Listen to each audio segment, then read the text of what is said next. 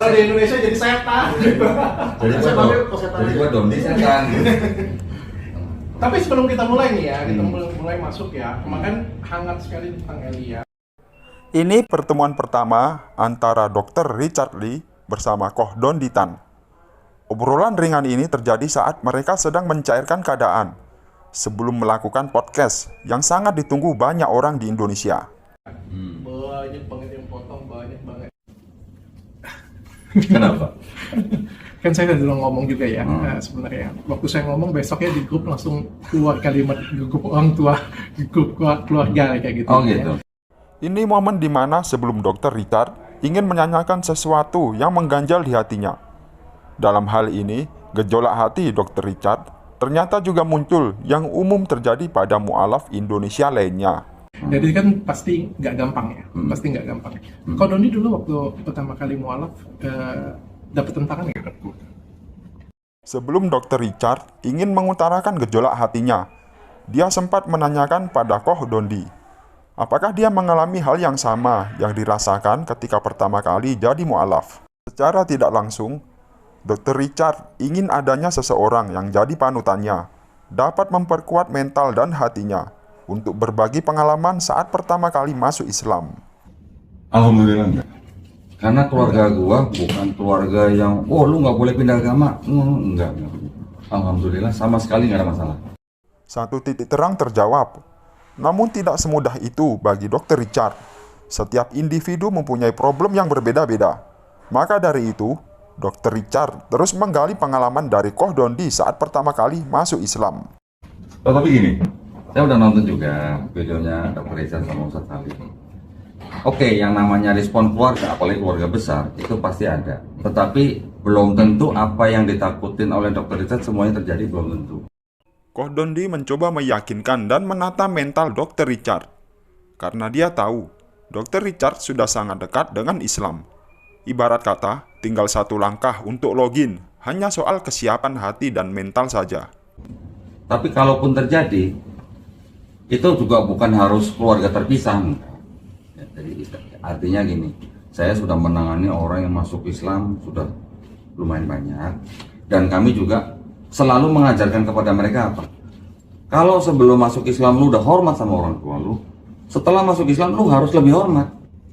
Koh Dondi menjelaskan bahwa ajaran Islam adalah ajaran menghormati orang tua.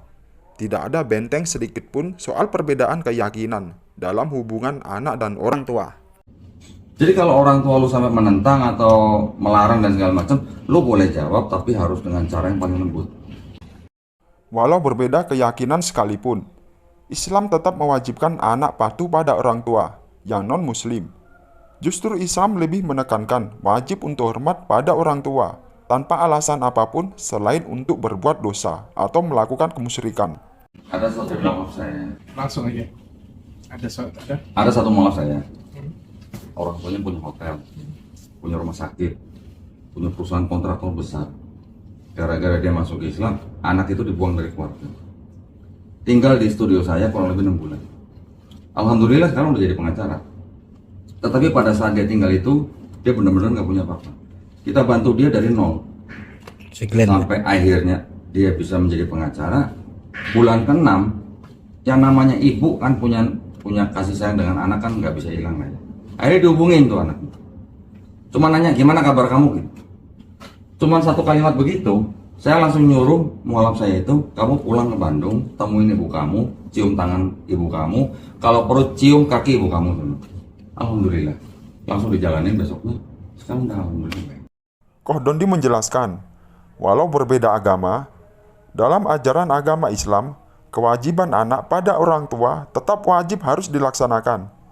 Jika tidak dilaksanakan, maka berdosalah anak itu. Inilah perintah Islam. Wajib patuh dan hormat pada orang tua, walaupun memang berbeda agama. Jadi belum tentu semua yang ditakutkan terjadi. Jadi pelajaran. Dr. Richard dengan terang-terangan mengaku, ini jadi pelajaran penting buat dirinya. Untuk bekal, jika dalam waktu dekat akan segera login. Jangan, ya, tapi gini, yang namanya keputusan itu adalah hak pribadi daripada Dr. Richard.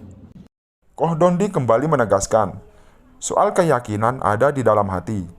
Dan di dalam Islam tidak ada paksaan untuk memeluk agama Islam. Ini soal hati. Hanya saja Islam sudah sangat jelas untuk menjadi rujukan. Hidayah bukan dari saya, bukan dari Ustaz siapa-siapa, bukan. Hidayah hanya milik Allah SWT. Dan inilah pertanyaan pamungkas Dr. Richard.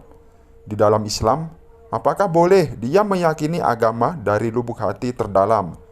Dan hanya Tuhan dan dia yang tahu soal apa keyakinannya. Yang saya pelajari, ini adalah hubungan pribadi saya privat dengan Tuhan. Ya. Apa yang saya percayai. Dan saya tidak perlu mengumumkan itu. Dan saya tidak perlu, bahkan sebenarnya saya juga tidak perlu izin dengan orang tua saya.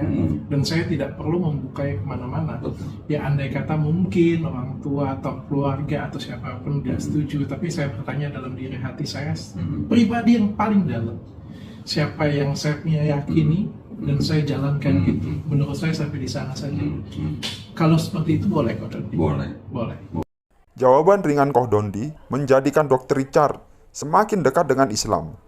Dan terbukti, Dr. Richard ingin kembali belajar lebih dalam soal perbedaan Kristen dan Islam. Apakah Dr. Richard bermaksud ingin agar dirinya disyahadatkan oleh Koh Dondi? Menarik untuk dinanti. Nanti kalau ada waktu saya mau belajar dengan Koh Dondi. Boleh. Kalau boleh sih diundang studio gue. Gantian podcast. Siap. Setelah viralnya pertemuan Dr. Richard dan Koh Dondi untuk melakukan podcast. Namun sebelum podcast itu tayang, justru bocor dan beredar luas voice note antara Dr. Richard dan Elia selaku apologet kekristenan yang begitu didukung oleh keilmuan oleh para teman-teman Kristen. Dari sinilah timbul kontroversi dari Dr. Richard itu sendiri. Inilah isi voice note Dr. Richard pada Elia selaku apologet Kristen. Shalom Elia, podcastmu di tempatku itu keren banget loh. Secara nggak langsung kamu menjadi pewarta Injil. Dan banyak yang belain kamu sebenarnya. Jadi aku seneng banget sih, kontenmu tuh sampai nonton 3,1 juta viewers loh, luar biasa banget. Elia, ini ada yang bagus sih menurutku yang harus diangkat sih. Dan kita perdalam. Tentang Yesus Kristus dan Nabi Isa, ya, itu aku pengen datangin. Nah, itu tuh menurutku bagus dan kamu pasti akan bisa. Kalau bukan kamu nggak ada yang bisa kalau menurutku sih. Dan kamu harus, aku kasih saran kamu harus ambil momen ini. Tenang aja, aku akan jagain kamu. Dan kita akan lari cuma di situ aja kayak gitu punya. Dan menurut aku ini adalah momen yang tepat untuk mewartakan Injil, untuk misionaris ya. Lebih baik kamu pertimbangkan ya Elia. Thank you. Voice note inilah yang membuat gempar banyak orang. Lalu apa maksud dari itu? Mengapa membuat gempar banyak orang di Indonesia? Begini penjelasannya. Posisi Dr. Richard itulah menjadikan seolah Dr. Richard memiliki pribadi ganda atau kontradiksi dari dirinya sendiri. Di satu sisi, Dr. Richard tengah belajar dan mendalami agama Islam dari berbagai narasumber yang bukan kaleng-kaleng, termasuk pada Koh Dondi, seorang mu'alaf sekaligus ahli Bible. Namun di sisi lain, dalam voice note itu, Dr. Richard juga mengatakan, ini kesempatan untuk Elia, agar bisa jadi pewarta yang berkelas. Kesempatan ini sangat baik untuk misi misionaris di Indonesia. Itulah penyebab podcast Dr. Richard dan Koh Dondi hingga saat ini belum tayang. Entah akan ditayangkan nanti atau memang tidak akan ditayangkan. Dalam hal ini, namun setelah klarifikasi dari Dr. Richard itu sendiri, dia mengaku sangat menggebu-gebu ingin mendatangkan Elia kembali untuk berhadapan dengan Koh Dondi di acara podcastnya. Dan kesalahan fatalnya adalah segala cara dilakukan Dr. Richard agar Elia mau datang untuk berdiskusi secara data dengan Koh Dondi. Isi dari voice note tersebut seolah-olah Dr. Richard berada di pihak Elia untuk mendukung mewartakan Injil dengan misi misionaris. Dan fatalnya, voice note itu tersebar luas. Perlu diketahui, Dr. Richard kini tengah mendalami ajaran Islam. Jadi apapun keyakinan yang akan dipilih Dr. Richard nantinya, mungkin akan menjadi salah satu bukti voice note tersebut. Berpihak kemanakah Dr. Richard sebetulnya? Banyak yang tanya dengan saya, Dok, apakah VN itu adalah suara saya? Benar, itu adalah suara saya. Jadi ceritanya, pertama kali podcast itu adalah dengan Elia. Lalu setelah dengan Elia, dengan Ustadz Dennis Lim, lalu dengan Ko Felix Xiao.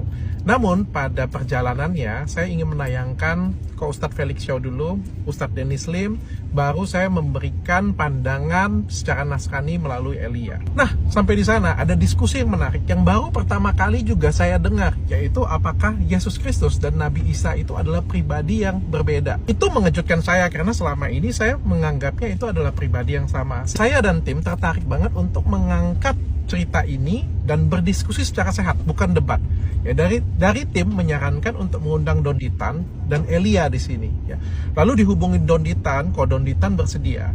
Dan ketika tim saya mengundang Elia tidak bersedia karena ketakutan. Di sini tim saya berusaha membujuk Elia dan akhirnya tim saya minta dengan saya nih, Dr. Richard coba dong bujukin Elia. Nah, terjadilah voice note tersebut.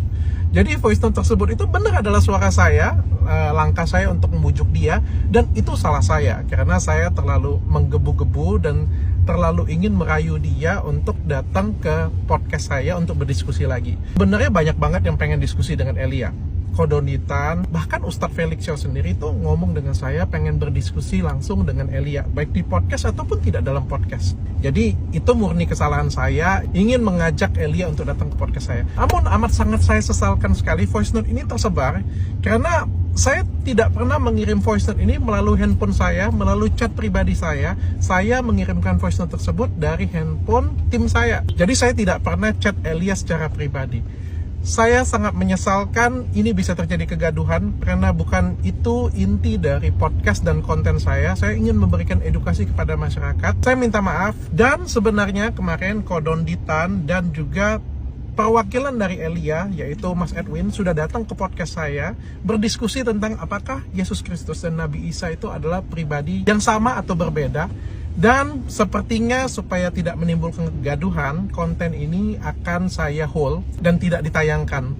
Karena sekali lagi saya tidak ingin kegaduhan, saya ingin memberikan edukasi ke masyarakat. Dan menurut saya ini adalah informasi penting yang bisa disampaikan ke masyarakat. Dan sebenarnya baik Kodonditan, Ustadz Felix Xiao, dan lain sebagainya, teman-teman saya yang lain, itu semangat banget untuk memberikan edukasi ini. Tapi saya tidak ingin disalahgunakan dan saya tidak ingin berkembang kemana-mana. Padahal dari video kemarin saya nganggap itu diskusi yang sangat bagus sekali. Sekali lagi, saya minta maaf jika mengecewakan kalian semuanya. Saya juga sebelum membuat video ini sudah banyak berdiskusi baik dengan Ustadz Felix Xiao, Ustadz Dery Sulaiman, dan beberapa teman Ustadz saya yang lain. Biarlah waktu yang membuktikan semuanya.